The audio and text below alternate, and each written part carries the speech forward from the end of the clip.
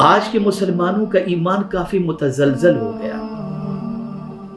وہ اپنے رب کے بارے میں جیسا یقین رکھنا چاہیے وہ یقین نہیں رکھتے. ان کا ایمان کمزور ہو گیا، ان کا اعتقاد کمزور ہو گیا. اور یہ بات یاد رکھیں کہ وہی قوم طاقتور ہوتی ہے جس کا ایمان باللہ، ایمان بالرسول، ایمان بالآخرہ، جتنی بھی ایمانیات ہیں ان ساری چیزوں پر اگر ایمان پختہ ہوگا وہ قوم یقیناً طاقتور ہوگی. اور جس قوم کا ایمانیات کے باب کے اندر کسی بھی سلسلے میں ایمان کمزور ہوا وہ قوم کبھی کامیاب نہیں ہو سکتی. وہ قوم ذلت و رسوائی کے عمیق غار کے اندر بلکہ ذلت و رسوائی کی گہرائی کے اندر وہ گرتی ہوئی نظر آئے گی. آج کے مسلمان کی سوچ بھی تھوڑی سی تبدیل ہو چکی ہے. آج کا مسلمان یہ تصور کرتا ہے کہ ہم جتنا معاذ اللہ رب سے قریب ہوں گے اتنی ہی ہماری پریشانیاں بڑھیں گی. لیکن میں آپ کو ایک چیز عرض کروں کہ جتنا بندہ رب سے قریب ہوتا جائے گا اللہ اسے قلب کے سکون کی دولت کے ساتھ ساتھ قوت بھی عطا کرے گا، طاقت بھی عطا کرے گا. اور صرف اسی دنیا میں کامیاب نہیں بلکہ پروردگار جل جلالہ آخرت میں بھی کامیابی عطا فرمائے گا.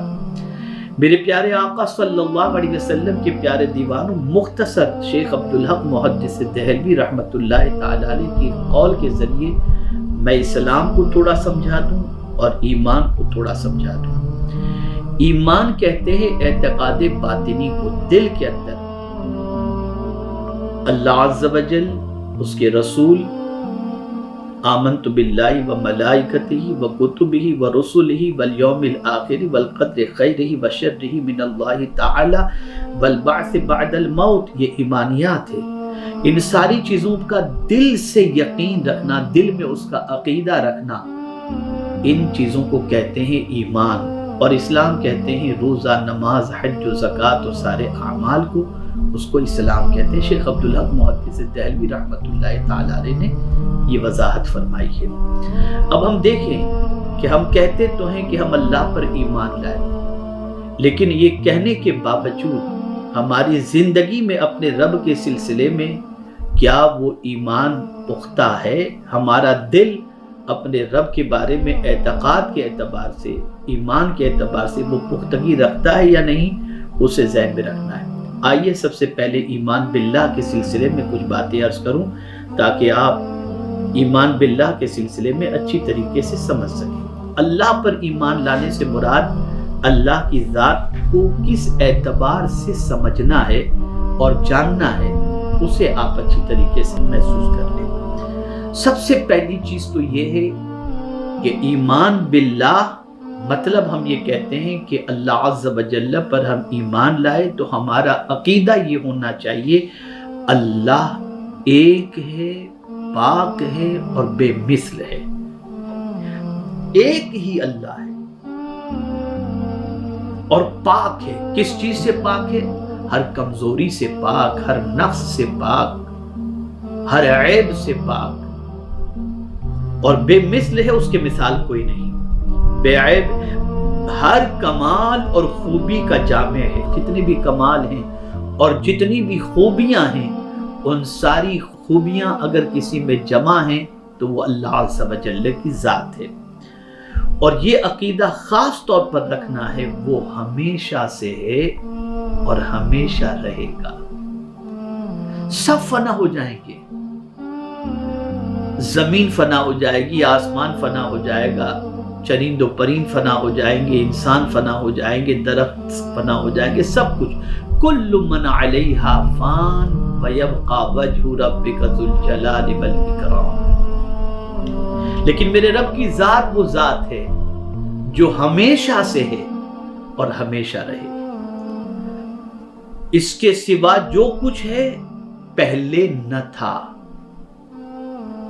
اور جب اس نے پیدا کیا تو ہوا. یہ بات ذہن میں رکھیں، وہ ہمیشہ سے ہے، اس کے پیدا کرنے سے ساری چیزیں پیدا ہوئیں اور اس سے پہلے کوئی چیز نہ تھی.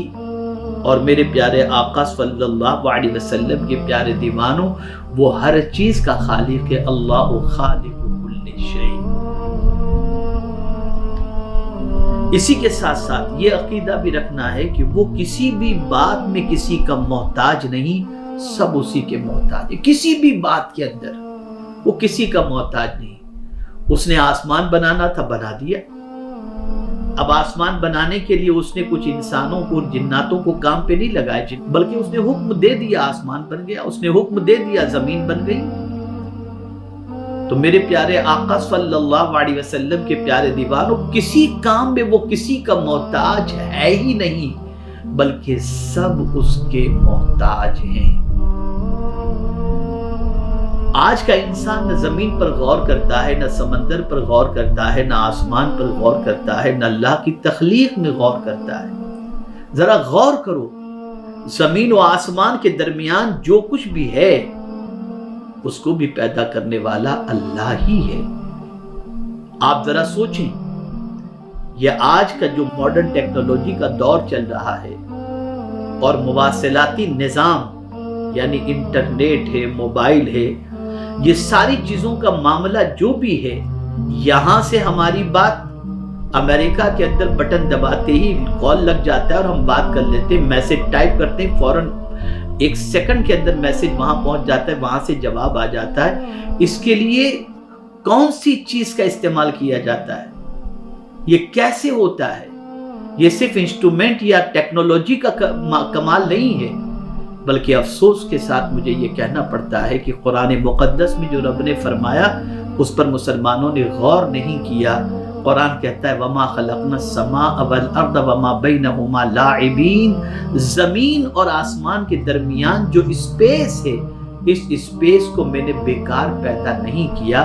یہ سارا اسپیس کا کھیل ہے اور اسپیس کے ذریعے ہی یہاں سے وہاں تک باتیں پہنچتی ہیں اور وہاں کی باتیں یہاں تک، یہاں کا میسج وہاں تک، وہاں کا میسج یہاں تک۔ تو میرے پیارے آقا صلی اللہ تعالی علیہ وسلم کے پیارے دیوانوں، یہ عقیدہ رکھنا ہے کہ زمین و آسمان کے درمیان کا جو گیپ ہے، اسپیس ہے، پروردگار نے اسے بھی بیکار پیدا نہیں کیا، لیکن یہ فاصلہ اور اسپیس رکھنے کے اندر بھی اللہ کی حکمت ہے۔ اور حیرت کی بات ہے، 7 آسمان ہیں، لیکن ان 7 آسمانوں کی سچویشن ایسی ہے کہ کوئی آسمان کسی ستون پر کھڑے ہوتے ہوئے ہمیں دکھائی نہیں دیتا۔ یہ میرے کریم کی شان ہے، اس نے جس طریقے سے چاہا آسمان بنایا، یہ اس کی قدرت کاملہ ہے۔